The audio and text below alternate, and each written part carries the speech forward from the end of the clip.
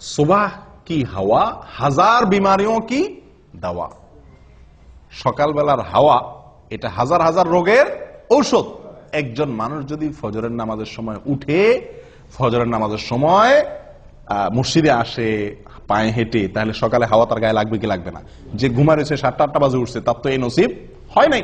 তাহলে স্বাস্থ্যের জন্য এটা কি অত্যন্ত ভালো, সকালে ফজর নামাজ জন্য উঠতে পারা।